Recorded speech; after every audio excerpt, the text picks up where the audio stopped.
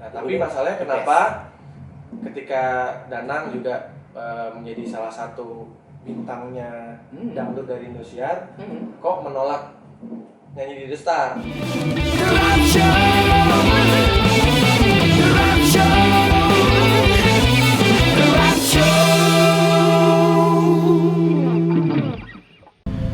Halo Rappers, jumpa lagi dengan saya Rian Eki Pradipta di The Rap Show. Dan kali ini saya tidak akan ngomongin gosip karena The Rap Show adalah no gosip, hanya soal karya dan rasa. Dan orang-orang yang saya interview adalah orang-orang yang terpilih juga dan yang sudah pasti saya kagumi juga karena karyanya, karena kemampuannya bermusik, bernyanyi dan sebagainya. Dan kali ini ada salah satu penyanyi dangdut serba bisa, semua genre dilahap, suaranya luar biasa, menggelegar. Kalau udah nari, wah ngeri pokoknya. Pokoknya luar biasa lah pokoknya. Aduh. Di samping saya ada Dana. Hai, assalamualaikum. Ini nyapa viewersnya apa? Rappers. Wow. Jadi Rappers itu adalah dari REP, Rian Eki Pradipta. Rian Eki Pradipta. Yeah. Good. Ini salah satu kehormatan bagi Danang dari Mas Rian karena aku di-appreciate untuk bisa nongol di YouTube channelnya yang Danang merasa bersalah sih. Iya. Karena udah berbulan-bulan. Janjian tahun lalu deh. Iya, dari pertama kali ketemu ya. Pertama kali ketemu. Kita sebenarnya udah ngajak Danang untuk main-main dong gitu. Terus ternyata kebetulan juga ada sudah program. 2 bulan kemarin. Betul. Udah bikin channel YouTube dan sudah banyak juga yang diinterview. Jadi sebenarnya interview ini sebenarnya lebih ke justru Rian belajar dari orang yang Rian interview. Jadi bukan malah mengorek hal-hal yang tidak penting. Jadi begini nih, memang kalau musisi-musisi yang besar, orang-orang yang besar itu lahir ketika dia masih tahu bagaimana cara menghargai seseorang, dan Mas Rian ini salah satunya. Beliau ini semakin berisi, semakin merunduk kayak ilmu padi. Masa dia bilang pengen belajar dari Danang, apa coba? Danang itu memang pasti banyak hal yang bisa saya petik dari Danang. Apalagi Danang itu kan ternyata berjuang di musik nggak maksudnya bukan yang sebentar ya. Yes. Ternyata ikut banyak sekali kompetisi. Bahkan sampai dulu itu aku sempat long trip sebenarnya. Di mana? Aku sempat long trip itu sampai ke Kupang. Okay. Gila. Berapa lama tuh long trip? Long trip aku dari tahun 2009 sampai dengan 12 akhir. Lumayan lama sampai aku pernah di salah satu hotel besar, salah satu hotel ternama di Indonesia gitu, di daerah Pontianak, dan hotelnya sampai kebakar dong pada saat aku long trip di sana. Tapi aman, akunya selamat gitu. Artinya memang sebenarnya pengalaman dari nol, dari usia 8 tahun aku udah kompetisi, udah lomba dari daerah, dari kampung sampai menuju ke nasional gitu. Itu sudah kita jalani karena kan memang ya seperti The Massive gitu, seperti Mas Rian juga pasti sudah mulai prosesnya dari nol gitu, ya, apalagi pasti. Di era itu kayaknya kita nggak susah ya nemuin festival band gitu, nggak susah banget banget dulu betul tuh ya?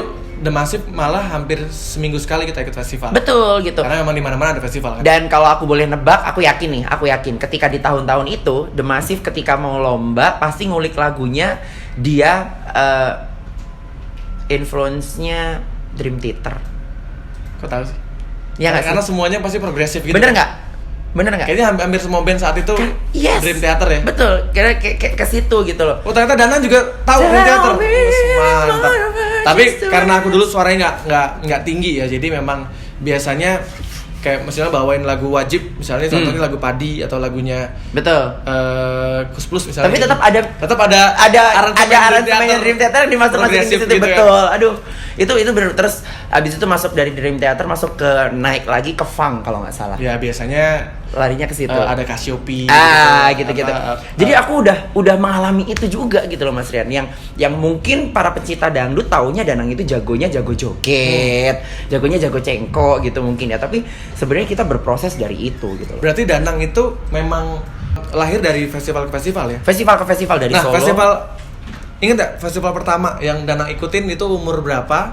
Terus lagu apa yang nyanyiin? Umur 8 tahun, lagu yang apa? pertama kali nyanyikan itu gitu. Oh manakala bulanan genit akan tersenyum. Lagunya Chrisye ya? Iya. Wah itu idola aku sepanjang masa juga tuh, Om Chrisye. Kira ya, keren ya. Itu makanya dulu nyanyi lagu itu lilin-lilin kecil.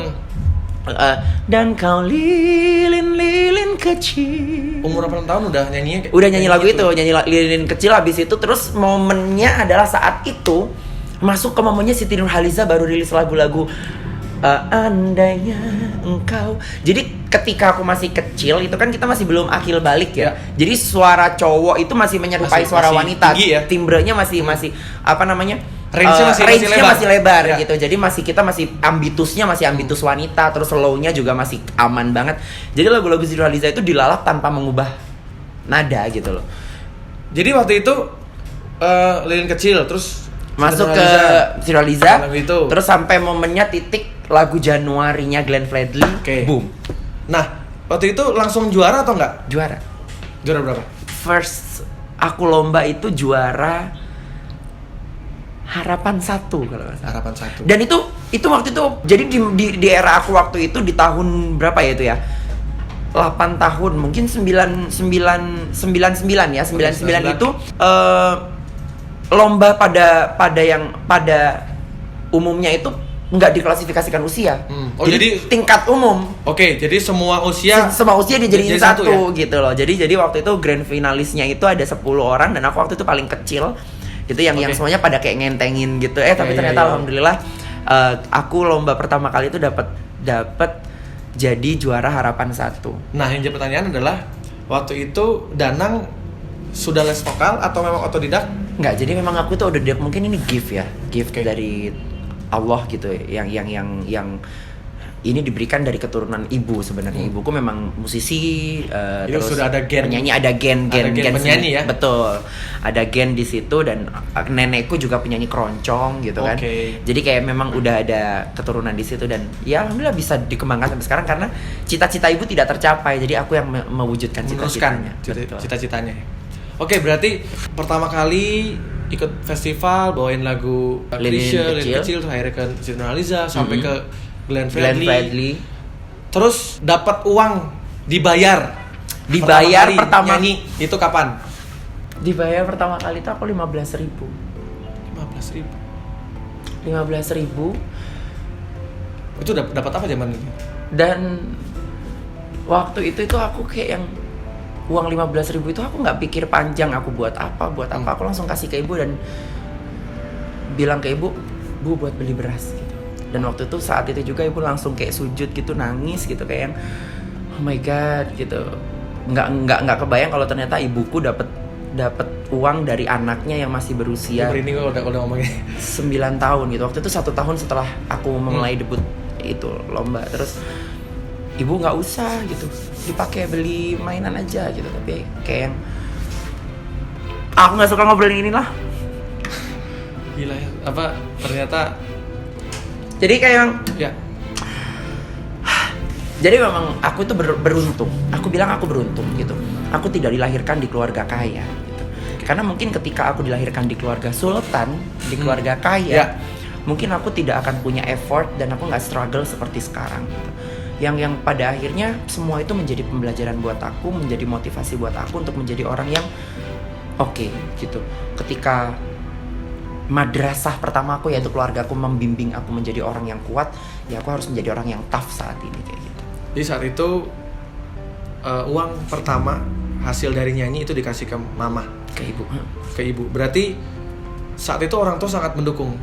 Sangat mendukung karir Danang untuk nyanyi itu dari kecil memang didukung sangat sekali sama orang tua sampai pada akhirnya Bapak dukung juga berarti ya? Dukung sekali dari panggung ke panggung, udah mulai nyanyi di Banyuwangi, dari panggung ke panggung dengan bayaran yang cuma 15.000 itu sampai naik 25.000, sampai naik 35.000, sampai naik 50.000. Itu usia berapa saat 15.000 itu? 9 tahun. 9 tahun udah dapat 15.000 itu gitu terus sampai di titik 75.000 dan aku bikin lagu-lagu daerah Banyuwangi. Ketika bikin lagu-lagu daerah Banyuwangi ternyata alhamdulillah lagunya melejit. Di Banyuwangi menjadi lagu daerah terkenal. Itu bikin album berarti? Album tapi kompilasi. Oke.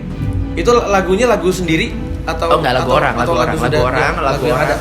lagu orang diciptakan memang untuk kita Oke. gitu. Kita itu artinya 3 penyanyi itu. Jadi ada 3 penyanyi cilik, kita bikin album kompilasi lagu-lagu Banyuwangi, lagu daerah gitu.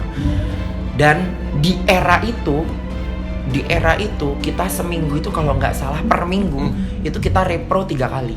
Per repro itu kalau nggak salah 3.000 ya mungkin ya. Iya. Repro CD ya zaman itu ya.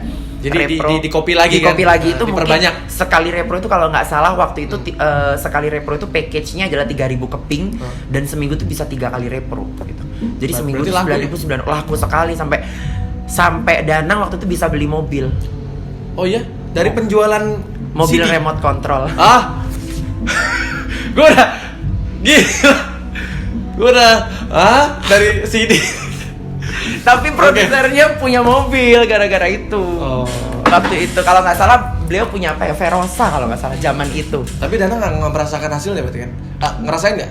Ngerasain itu, makanya aku bisa beli mobil kan, Oh, bisa beli mobil remote ya? control gitu. Oke. Tapi aku bersyukur karena di era itu, di momen itu, aku kalau nggak salah aku masih ingat banget aku dapat uang berapa dengan penjualan yang sebanyak itu. Aku dapat 400.000 Itu udah rupiah.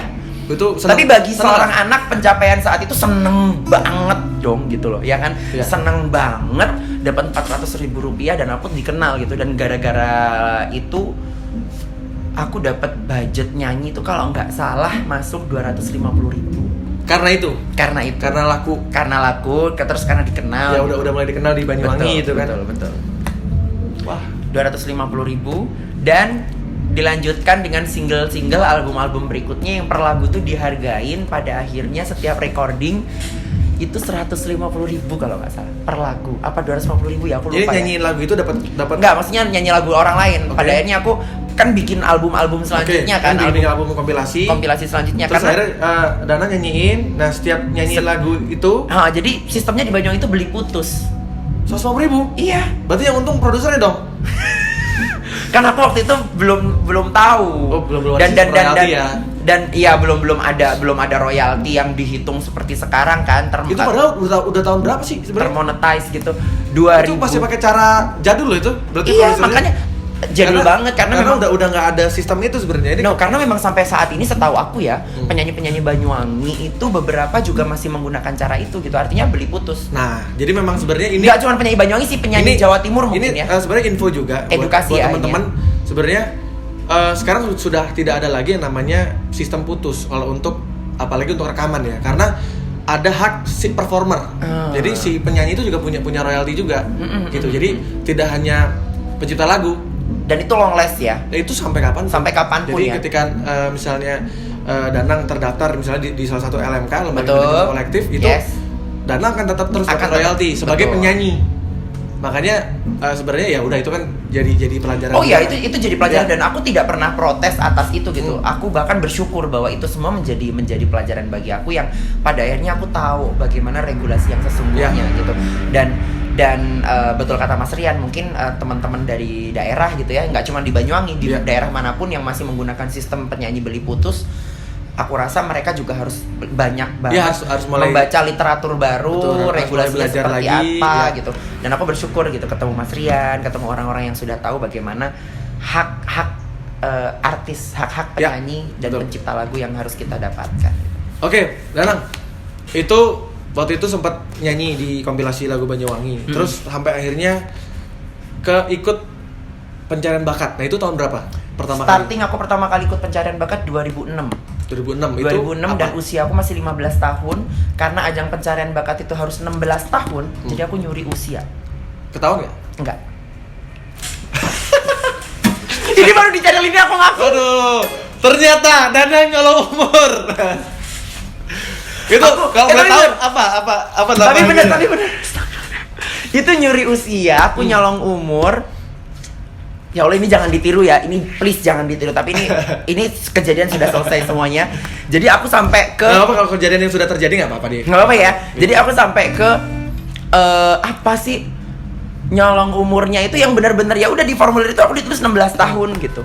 16 tahun karena waktu apa itu ajang pencarian bakat apa? ajang pencarian bakat waktu itu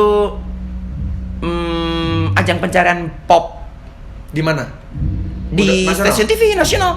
Ya Namanya? tagline-nya idolanya Indonesia lah pokoknya. Apa ya. namanya? Itu ini YouTube bebas. Indonesian Idol. Waktu itu aku ikutin 2016 2006 aku ikutan first time aku ikut Indonesian audisi Idol Indonesian ternyata. Idol. Itu malsuinnya gimana? Enggak kan memang tidak ada Akte. data, enggak pakai akte, jadi pakai kartu pelajar. Pakai kartu karena belum pelajar. 17 tahun ya? Belum ada KTP kan? Belum ada KTP, jadi aku pakai kartu pelajar dan memang kalau nggak salah waktu itu minimalnya 16 tahun. Karena belum 16 akhirnya Ditambahin setahun. dikurangin dikit lah ya berarti umurnya kan. Gitu. Harusnya kan misalnya kelahiran tahun berapa? Lahirnya 91 ke berarti- 2006 kan bener kan 15 tahun ya? Nanti dibikin 90. Dibikin 90. Dibikin 90. Jadi pas fotokopi kartu apa namanya?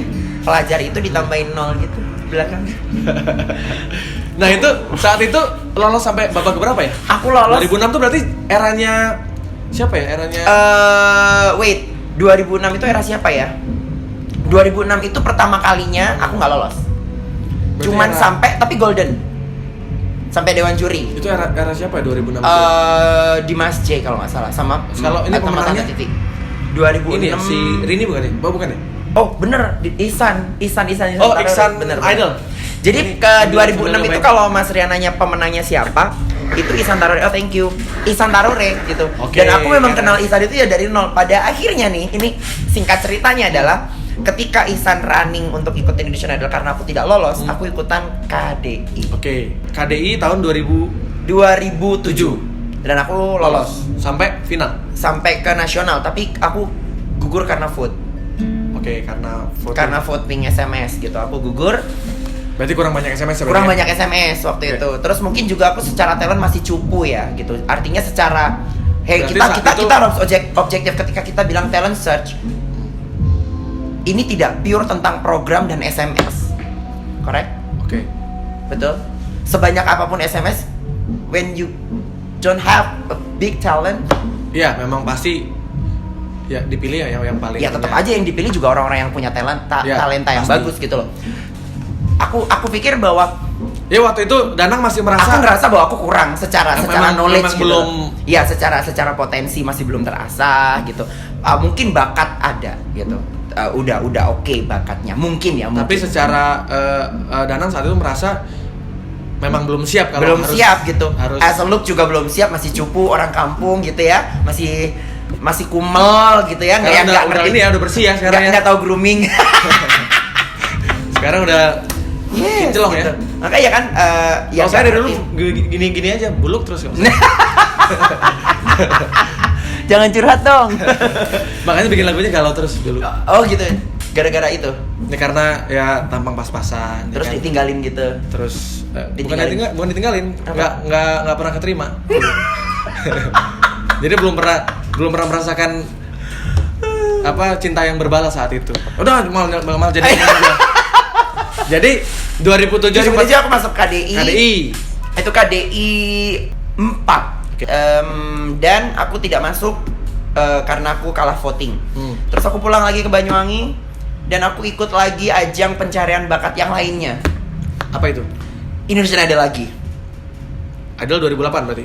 Idol 2008 kalau nggak salah. 2008 ya sepertinya. Karena memang jarak antara KDI dan Idol itu kayaknya deket-deketan gitu bulannya gitu. Ya itu lah makanya kita ini kalau boleh sedikit curhat, kita ini orang-orang yang lahir dari ajang pencarian bakat yang naik karena vote itu punya dilematis. Dilematis yang kita rasakan itu adalah ketika kita selesai kompetisi. Oke. Ketika kita selesai kompetisi, kita punya dilematis yang besar banget berkaitan dengan responsibility ke fans yang merasa mensupport kita via SMS. Jadi tanggung jawabnya malah lebih besar ya. Oh, besar banget karena sedikit-sedikit ketika kita mungkin no excuse bagi mereka untuk nggak pengen ngerti kita cemberut, nggak pengen ngerti kita bete, nggak pengen ngerti kita kecapean, yang setiap hari all the time kita butuhnya hai gitu, nggak ngerti kita sedang dalam kondisi yang drop atau seperti apa. Dan mereka selalu bilang ketika kita tidak menyenangkan bagi mereka, inget lu dulu lu nggak bisa jadi artis kalau nggak ada gue SMS. Sedih nggak sih? Jadi kayak- Danang merasa Aku berutang budi. pernah merasa seperti itu. Jadi ketika sudah menang, ternyata saat sudah setelah kompetisi banyak sekali tuntutan Yes. itu. Nah, terus Yang Danang lakukan apa ketika mendapatkan pressure? Aku nggak pernah bisa membalasnya gitu. Artinya sebaiknya aku tidak menutup mulut mereka untuk berbicara semacam itu, karena jangankan dulu ya ketika 2015 aku baru selesai kompetisi gitu, tapi sampai hari ini pun gitu, kalau kita cek di Instagram gitu masih ada komentar-komentar, sekarang sombong ya, inget dulu aja, dulu masih kere, kalau nggak ada SMS dari kita juga nggak bisa jadi artis gitu, kayak gitu. Makanya tapi Danang selama ini merasa sombong nggak sama fans atau apa? enggak gitu, mungkin mereka yang nggak pernah kenal aja gitu. Mereka jadi yang Danang nggak pernah sebenarnya sudah merasa sudah aku melakukan yang terbaik, bahkan sampai hari ini pun kalau kita melayani mereka. Yes, di handphone ini ya, kalau orang yang nggak ngerti Danang, di handphone ini tuh ada namanya grup WhatsApp namanya Danangisme. Oke. Dan aku masukin seluruh fans aku di sini dan aku maintain ketika aku ada apa-apa. Hai guys, apa kabar? Ini udah berapa isinya? Banyak banget ini. Ada Danangisme, wait. Ada tim Danangisme, itu adalah admin-admin se-Indonesia dan luar negeri. Ada khusus yang Danangisme. Berarti mereka tahu nomor teleponnya Danang semua? Aku berikan kok. Oh, oke. Artinya aku ini nggak pernah baik takut. ini. Aku nggak pernah takut gitu. Mungkin aku harus berani bilang bahwa teman-teman aku di era aku, bahkan dia gonta-ganti number. Dan aku berani klaim number ini adalah aku punya dari aku kuliah semester 1. Sampai hari ini aku nggak ganti. Artinya apa? Ini salah satu ciri orang yang punya komitmen, karena kalau dia bisa dipercaya juga, dan berarti Danang juga orangnya nggak punya banyak masalah dengan yang lain. Yes, jadi karena dia setia dengan nomornya. Ya, aku nggak pernah. Jadi aku punya 2 handphone. Okay. Nomor yang ini dari SMP. Oke. Kalau aku boleh bilang providernya mulai dari pakai warna orange sampai sekarang jadinya biru. Dan aku nggak pernah ganti number ini, dan aku ngerasa buat apa aku ganti number? Aku tidak pernah merasa punya masalah dengan orang, dan aku bukan buronan, ya kan? Jadi aku nggak pernah ganti. Dan ini adalah nomor yang aku pakai ketika aku masuk semester 1 kuliah di IPB 2009 sampai sekarang berarti udah berapa tahun? 10 tahunan 10 ya. tahun. Aku pakai nomor ini dan aku gunakan nomor ini sebagai nomor administrasi. Wah, jadi berarti ketika fans-fans itu masuknya di number ini, dan ada nih. Aku ketik Danangisme, maka akan keluar nama-nama dan nama-namanya detail. Berarti memang Danang ini juga sebenarnya harusnya sih jangan dicap sombong ya, karena dia malah punya grup WhatsApp yang isinya fans-fansnya dia gitu. Itu agak jarang ya, maksudnya. Makanya tidak semua artis atau penyanyi, apalagi yang sudah Mas Rian punya. Saya enggak. Berarti Mas Rian sombong. Boleh nggak kayak gitu? Enggak kan? Enggak dari situ. Artinya kita punya banyak indikator untuk menilai orang itu sombong atau tidak. Kalau di The Massive itu yang diserbu gitaris The Massive, Kiki namanya. Mas Kiki ya. Itu adik saya. Gitu. Dia memang banyak berkomunikasi dengan fans. Kalau saya dari dulu emang lebih senang langsung ngomong atau ketemu. Ada gitu. lagi grup orang-orang Hong Kong khusus. Itu ada lagi militan juga ya orang-orang Hong Kong. Ada grup lagi yang orang-orang Taiwan khusus. Orang Taiwan itu orang Taiwan bener? No, I mean yang tinggal di Taiwan? Ya, orang-orang Indonesia yang tinggal di Taiwan dan Hong Kong. Aku kasih tempat mereka untuk khusus untuk di situ gitu loh. Jadi aku apa gitu ya yang salah gitu loh.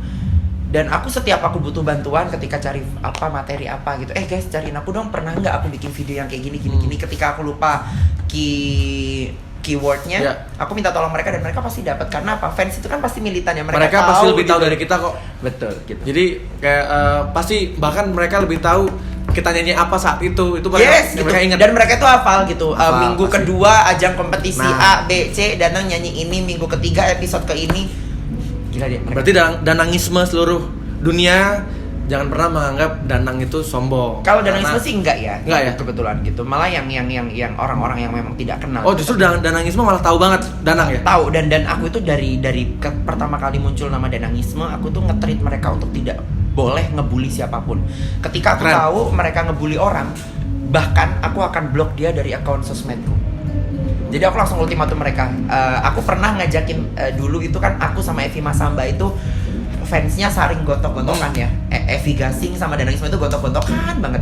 Sampai aku kadang rival banget. Dan aku sampai masuk ke lamannya Evi Gasing terus bilang gini, Danangisme pulang. Kalau Danangisme masih berkeliaran di sini dan hate speech, aku blok kalian satu persatu.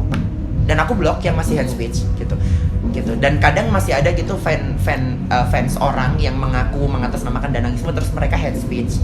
Jadi biar danangismenya jelek namanya kayak gitu. Itu sering terjadi di apa ya, di circle kita ini gitu. Makanya saya melihat, aku tuh lihat kemarin jadi juri kan? Jadi juri kan? Pas baru jadi juri ngerasain nggak kalau ternyata militan banget orang-orang? Wah, luar biasa militan. Aku tuh baru merasakan kerana itu ya. Baru jadi juri sekali kan? Maksudnya waktu itu kan aku sempat jadi juri juga, tapi ajang pencarian bakat anak-anak, penyanyi anak-anak.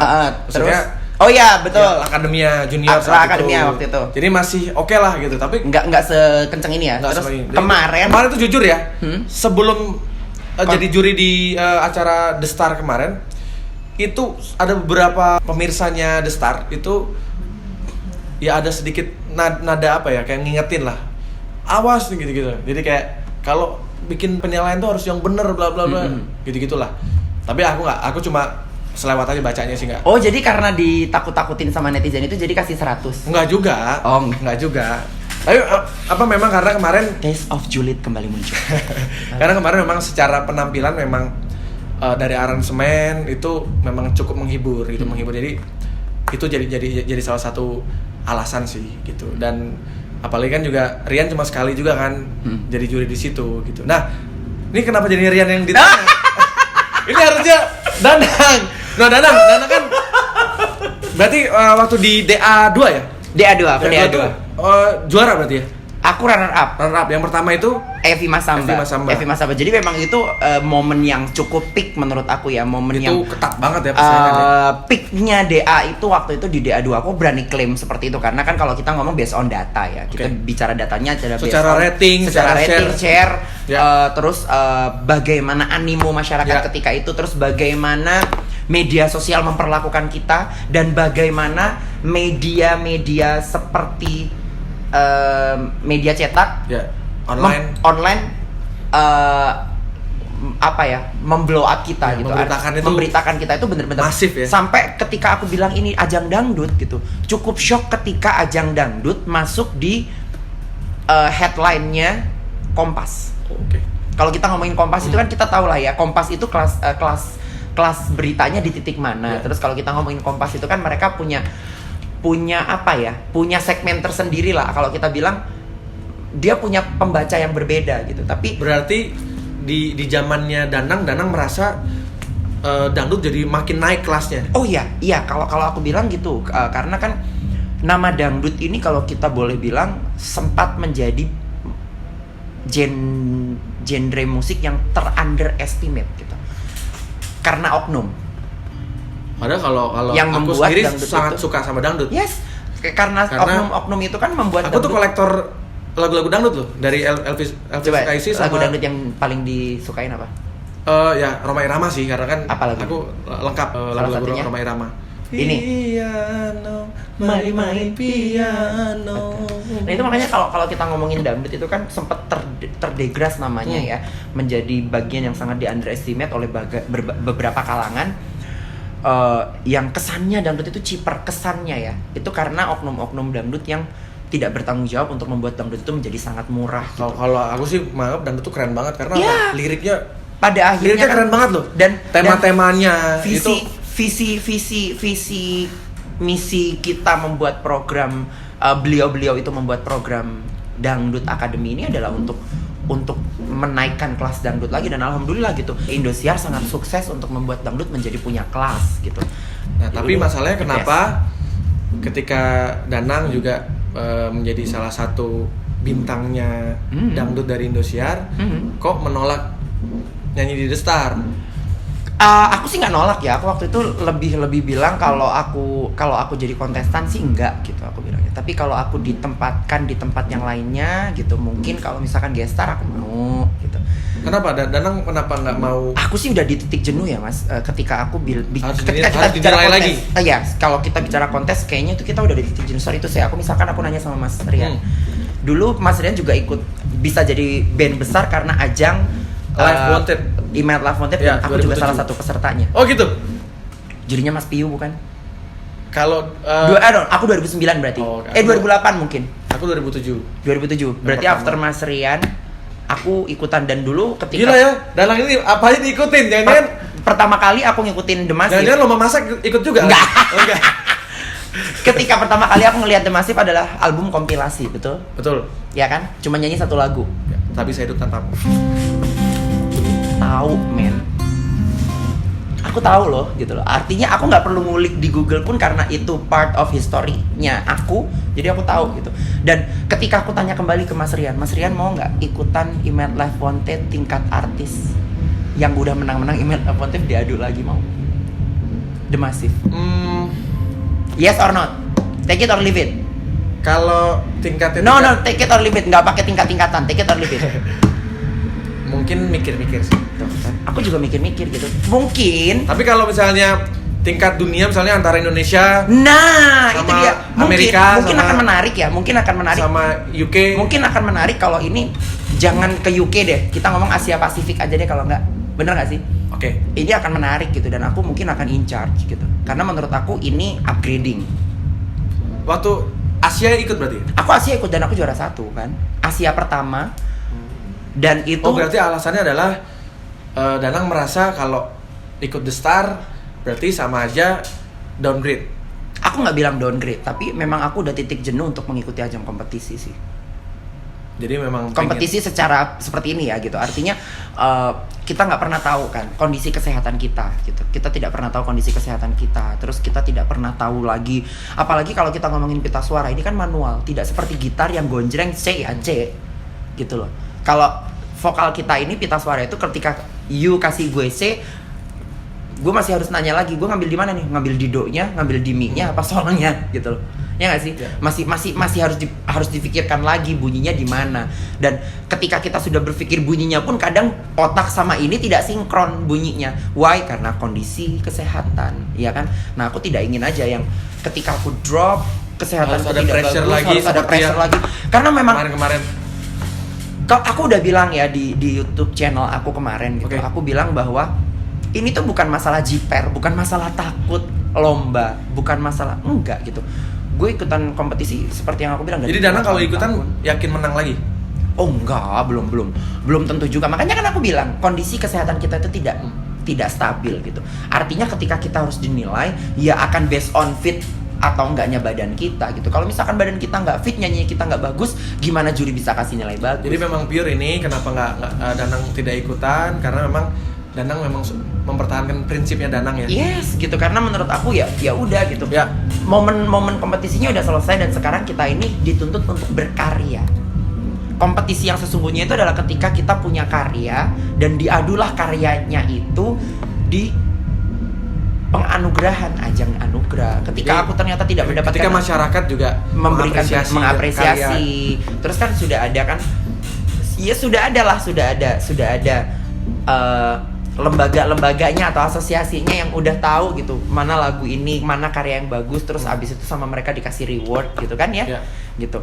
Ya itu menurut aku kompetisi yang sesungguhnya saat ini gitu, karena betul setuju. Kalau Karena memang kompetisi kayak festival itu adalah momen dimana kita belajar. Nah sebenarnya. itu Kawah Chandra di Mukonya Gatot Kaca, betul nggak sih? Gatot Kaca itu kompetisinya bukan ketika dia dicemplungin, dimasukin ke kawah merasa panas, ya nggak sih? Tapi ketika dia setelah keluar habis dicemplungin di Kawah Chandra di Muko, dia diuji tuh kekuatannya. Lu bener-bener hebat nggak lu?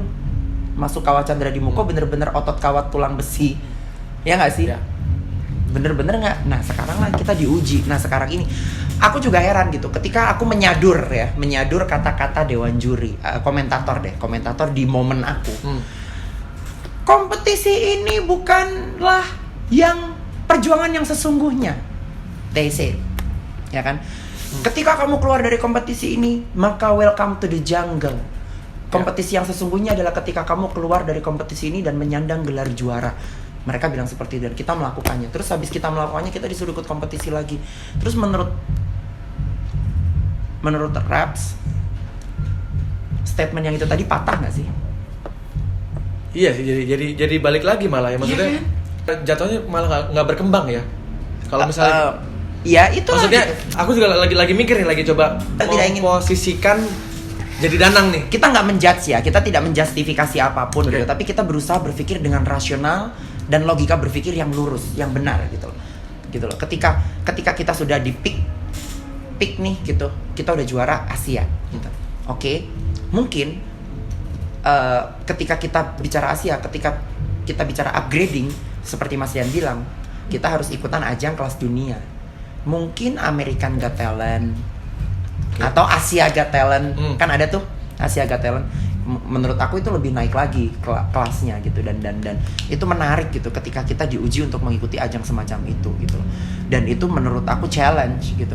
Tapi ketika kita di challenge untuk ikutan di internal kita lagi, itu bukan challenge sih menurut aku gitu.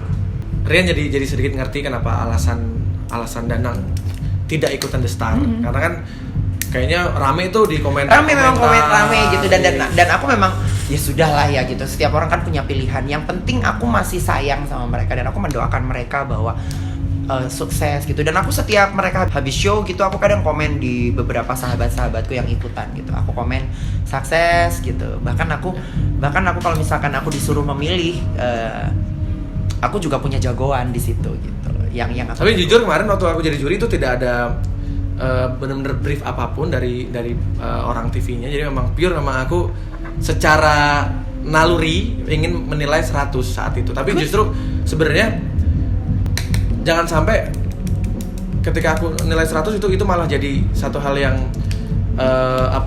bikin jadi melayang ya. Justru itu sebenarnya ujian juga. Bagus dong, karena memang waktu itu sih aku nggak nonton ya kebetulan. Dan memang aku nggak pernah nonton live gitu. Artinya ketika mereka on air kayak sekarang nih, ini ada on air kan, kita lagi bikin video gitu, aku lagi ada aktivitas di luar gitu, terus aku juga lagi syuting kadang.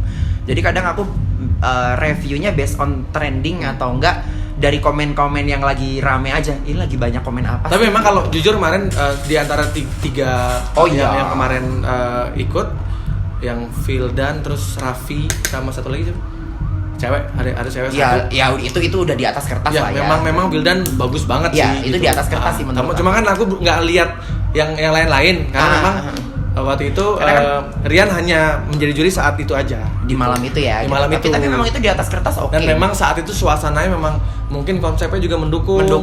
Jadi maksudnya dari lighting. Jadi kayak ambience-nya berasa ya. Dari lighting, terus dari propertinya. Makanya itu sangat, aku menilai itu benar-benar memang tidak diatur sama sekali. Memang itu keluar dari Rian sendiri sih. Ya. Tapi memang ya apa ya? Ya memang itulah namanya luck, faktor luck yang aku bilang tadi. Terus rezeki juga tidak akan kemana gitu. Aku masih terima WA dari teman-teman yang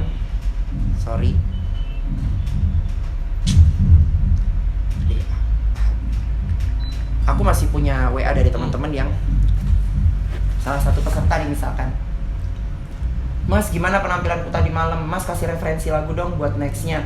Aku cuma bilang, coba kamu review yang tadi, itu ada 2 kali part repetisi improve, yang teriak-teriak itu bener apa enggak. Kalau bener besok pakai sekali aja, karena ketika kita bicara improve dan dilakukan repetisi itu bukan improve lagi.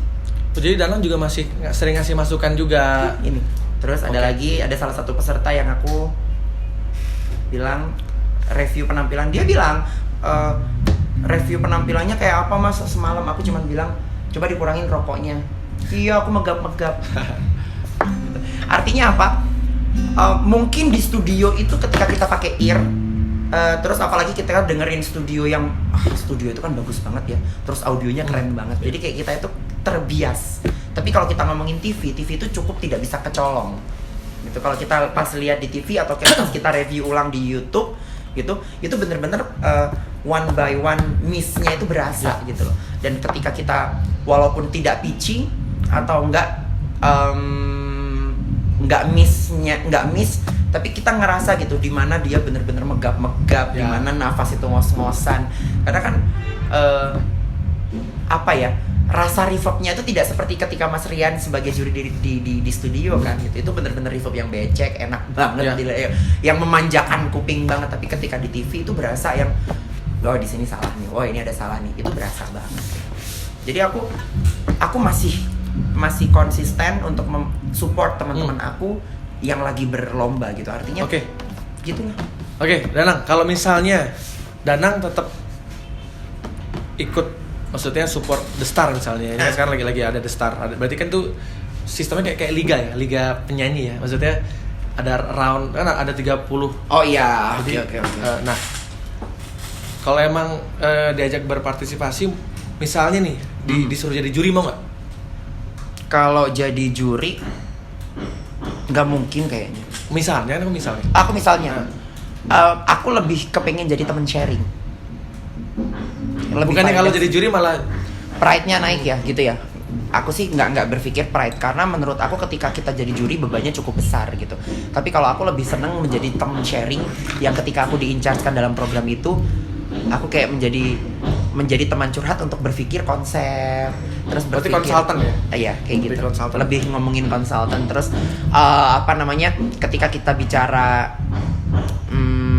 mereka ngomong, "Mas, aku mau nyanyi agak bosan karena aku ngelihat banyak sekali salah pengertian di beberapa teman-teman kontestan gitu. Dan ini tidak saat ini aja, tapi sebelum-sebelumnya ketika ngomongin swing, ketika ngomongin jazz gitu. Terus mereka tuh masih menggunakan pattern bernyanyi yang sorry to say aku bilang nggak kayak gitu juga kok nyanyi jazz. Sorry, misalkan aku ngomong band rock. Apakah penyanyi band rock itu harus bernyanyi dengan growl?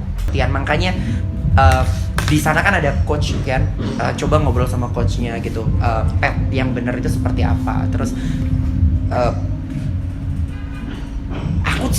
aku juga masih harus belajar gitu, tapi setidaknya aku tahu gitu mas, yang aku bisa mendengar gitu. Kayak beberapa coach juga aku sempat ngobrol gitu, coach di program tersebut aku ngobrol gitu sama Gabriel waktu itu. Bill gitu, kamu kan guru vokal nih gitu, aku juga harus belajar nih gitu. Kenapa? Kalau misalkan Pat kita ngomongin swing atau ngomongin musik jazz atau musik-musik yang semacam ini, apakah nyanyi harus dipantul-pantul kan? He said no. Enggak. Lah terus mereka, ya itulah makanya kita mau ngomong juga gimana dong gitu. Ya, iya gitu. Makanya kita benarkan biar kita mendapatkan biar kita, karena yang dikhawatirkan adalah orang-orang di luar sana menjadi yang kayak kok gitu sih gitu loh. Jadi nggak harus baku seperti itu kan? Nggak harus baku. Jadi sebenarnya bisa sangat fleksibel. Ya kayak gitu maksudnya. Bisa. Apakah rock itu harus diserakin kayak gitu? Itu contoh sederhananya kayak gitu. Lalu apakah nyanyi jazz itu harus dipantul-pantulkan gitu? Misalkan betapa hati rindu pada dirimu. Itu kayak kebiasaan mereka banget, jadi kayak habit mereka gitu. Terus itu jazz, oke, jazz gitu. Terus yang jurinya juga mengiyakan gitu, keren nyanyi jazz gitu. Padahal kalau misalkan kita harus menarik benang merah lagi, jazz itu seperti apa, swing itu seperti apa, bossa nova itu seperti apa, itu ada pattern-pattern yang you have to know that gitu. Jadi memang apa ya? Ya musik itu sebenarnya egaliter, sangat terbuka, luas, sangat luas. Yes. Gitu. Musik itu sangat terbuka. Tidak bisa kita hanya di situ aja. Ya, gitu. Gitu makanya kalau kita ngomongin dangdut juga salah satu musik yang sangat terbuka gitu. Bahkan aku berani klaim ketika kita ngomongin dangdut dangdut fusion, dangdut yang dimix dengan musik-musik funk, musik jazz, musik swing, Broadway dan sebagainya, aku berani bilang bahwa itu first-nya aku. Aku berani klaim. Karena itu muncul ketika aku DA. Gitu. Dan pada akhirnya sekarang jadi habitnya anak-anak bahkan sampai di program yang sekarang gitu.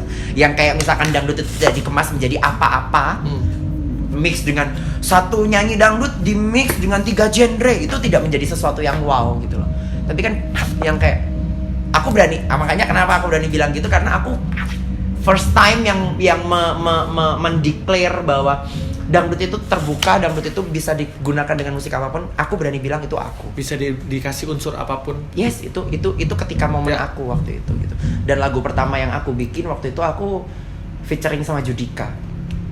Wah, Judika waktu itu juga. Mira Santika. Itu juga semua lagu dilahap juga sama Judika tuh. Gitu. Mira Santika, terus aku bikin lagi kita bikin lagi dan disupport sama band yang keren sih, memang The Band itu bagus banget. Gila, kita ngobrol lama juga. Hampir sejam lah ngobrol.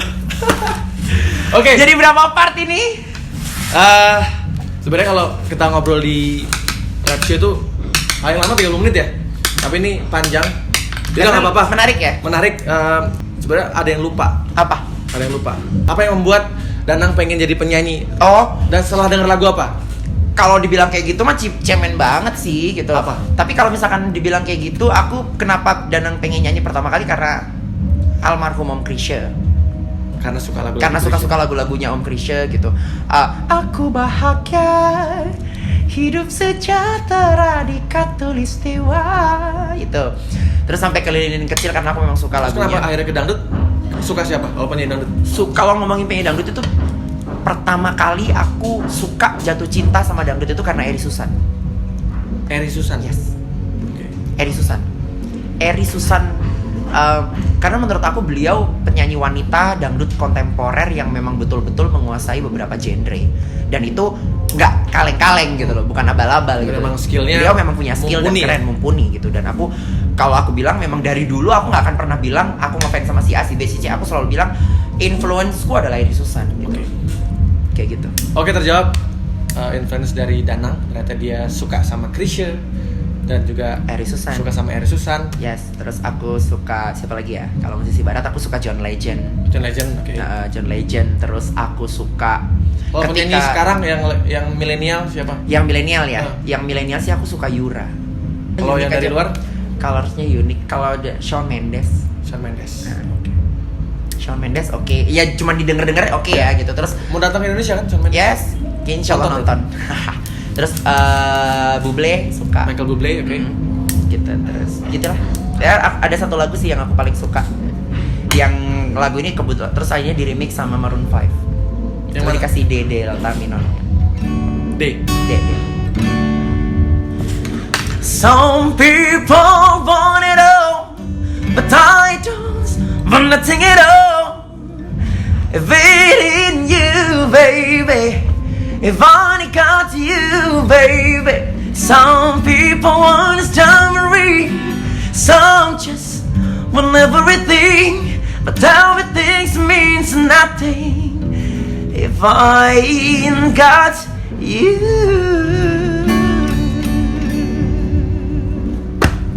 Itu lagunya awal itu yang nyanyi Alicia Keys. Di mana Maroon 5 sekarang? Maroon 5 kan sering bawain itu, terus ada beberapa platform musik yang Maroon 5 ada di platform mengcover musik, lagu itu. mengcover lagu itu dan di secara digital Oh iya. dia bikin. Oke. Nah sekarang terakhir karena biasanya aku Dari tadi terakhir mulu. terakhir sebelum sejam. Oke. Pendapat Danang melihat seorang Rian dari The Massive. Bebas. Damn. Kan kita kan juga mungkin belum lama kenal juga, maksudnya. Setahun sih, Mas. Iya, maksudnya kita Setahun mungkin ya. nggak banyak ngobrol juga. Nah, yang dilihat Danang selama ini tuh apa pendapatnya? Bebas. Jujur aja. One thing ketika kita ngomongin Rian The Massive itu adalah karya, kreator. Aku bilangnya sih, karena lagu-lagumu memang nggak bisa bohong. Aku suka sama lagu-lagu Mas gitu. Dan sampai sekarang lagu yang paling nempel di aku, walaupun ini lagu bukan lagu di album pertama, itu Jangan Menyerah. Jangan Menyerah, album kedua. Album kedua. Ya. Ini bukan lagu di album pertama, betul dong gitu. Ya. Karena aku ngikutin kau banget gitu. Karena kisah cinta anak-anak cinta monyet di era aku itu lagumu gitu loh, Mas. Bener gak sih? Aku yang selalu lagu itu apa judulnya? Yang mana? Dan kamu. Oh, Dan Kamu. Mengisi hatiku yang kosong. Album pertama. Album pertama kan? Itu album pertama. Mengisi hatiku yang kosong. Terus second thingnya adalah khas. Oke. Kau membuat ku berantakan. Kau membuat ku tak karuan. Mirip gak? Lumayan. Oh, dia bisa apa aja, ngikutin siapa aja bisa. Ku sadari. Oke. Itu unik gitu loh.